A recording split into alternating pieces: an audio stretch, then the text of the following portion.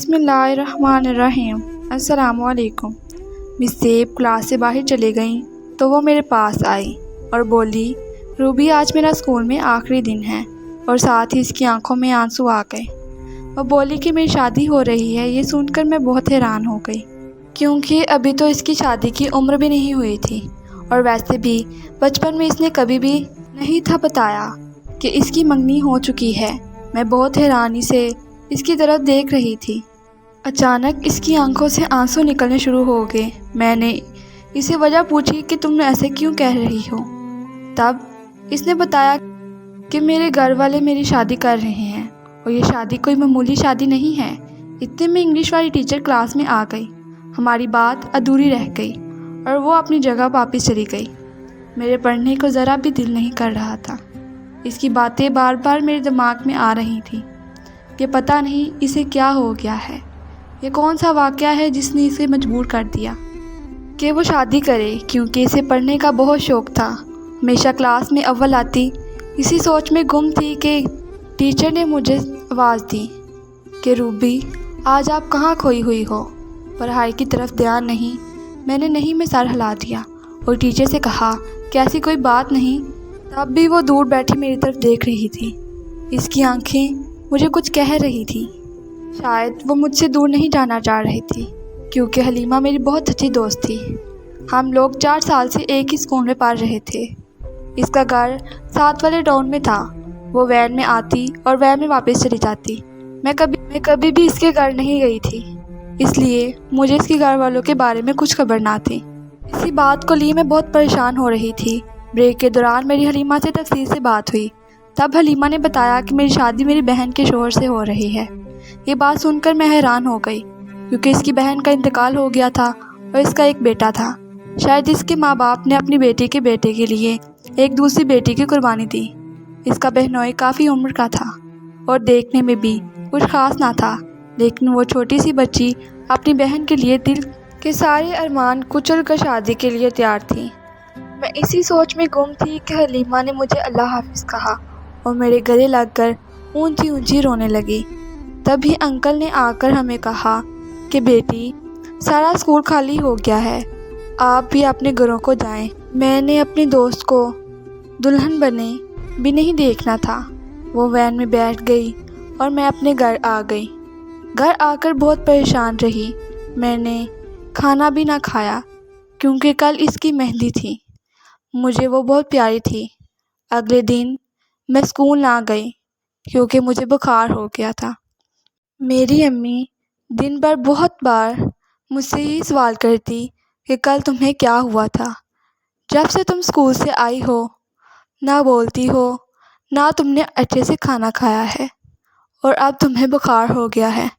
تب میں نے اپنی امی کو ساری بات بتا دی، اور میری امی نے اس کو بہت دعائیں دی اور کہا کہ بیٹا، کبھی کبھی ایسا بھی ہوتا ہے کہ ماں باپ بہت مجبور ہوتے ہیں، اور اللہ کے فیصلے کے آگے کسی کی نہیں چلتی۔ شاید اس کے نصیب میں یہ سب تھا۔ اب تم پریشان نہ ہو، اللہ سے دعا کرو کہ اس کے نصیب میں بہت خوشیاں ہوں، اور کبھی بھی کوئی غم اسے چھو کر نہ گزرے۔ ایک دن جب میں اسکول گئی تو مجھے اس کی سیٹ خالی دکھائی دی۔ مجھے بہت دکھ ہوا، لیکن میں نے اس کے لیے بہت دعا کی۔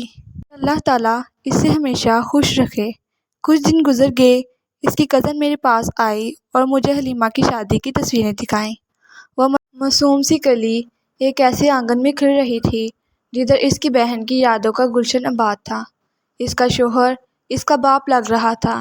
یہ سب دیکھ کر مجھے بہت دکھ ہوا کہ جو بھی تھا، اس کے ماں باپ کو کچھ سوچنا چاہیے تھا کہ ہماری بیٹی بہت چھوٹی ہے اور ہم اس کی شادی کیسے انسان سے کر رہے ہیں، لیکن میں کچھ بھی نہیں کر سکی تھی۔ ایسے وقت گزرتا گیا۔ میرے ایف اے کے امتحان ہو رہے تھے۔ ایک دن میں واپس گھر آ رہی تھی۔ مجھے کسی نے آواز دی۔ میں نے پیچھے مڑ کر دیکھا تو حلیمہ میرے سامنے کھڑی تھی۔ اس کی آنکھوں میں عجیب اداسی تھی، چہرہ بالکل مرجھایا ہوا۔ اس کے کپڑے بہت خستہ حال تھے۔ ایک بچہ اس نے گود میں اٹھایا ہوا تھا جو بہت رو رہا تھا، اور پیچھے ایک بچہ امی امی کی آوازیں لگا رہا تھا۔ میں نے اسے دیکھا اور کہا، تم نے یہ اپنا کیا حال بنا لیا ہے؟ اس کے الفاظ اس کے آنسو بن کر گرنے لگے۔ مجھ سے یہ برداشت نہ ہوا، میں اسے اپنے گھر لے گئی۔ اس نے مجھے وہ سب بتایا جو اس نے ان 3 سالوں میں برداشت کیا۔ اس کے الفاظ سن کر میرا دل بہت غمگین ہو گیا۔ وہ چھوٹی سی بچی اتنی سختی سہ کر بڑی بڑی باتیں کر رہی تھی۔ میں نے اس سے پوچھا کہ تم نے اپنے گھر والوں کو یہ سب کیوں نہیں بتایا کہ تمہارے ساتھ اتنا برا سلوک ہو رہا ہے؟ تبھی اس نے کہا، میرے بوڑھے ماں باپ پہلے ہی ایک بیٹی کو آج تک رو رہے ہیں، دوسری بیٹی کا غم کیسے برداشت کریں گے؟ کیونکہ اس کا شوہر بہت ظالم تھا، اسے ہر روز بہت مارتا۔ حلیمہ نے بتایا کہ شادی کے 1 ہفتہ بعد اس نے مجھے بہت مارا۔ آج 3 سال ہو گئے ہیں، ان 3 سالوں میں کم ہی دن ایسے ہوں گے کہ اس نے مجھ پر ہاتھ نہ اٹھایا ہو۔ حلیمہ نے بتایا کہ ایک دن میں نے اپنی ساس اور نان کی باتیں سنی جو میری بہن کے بارے میں کر رہی تھیں۔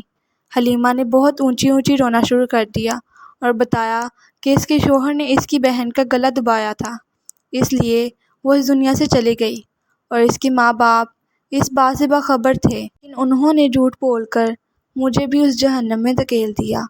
حلیمہ بہت رو رہی تھی کہ میں اپنی بہن کے قاتل کے ساتھ زندگی گزار رہی ہوں، اور یہ بات کسی کو بتا بھی نہیں سکتی، کیونکہ اگر میں نے ایسا کیا تو وہ انسان مجھے بھی مار ڈالے گا۔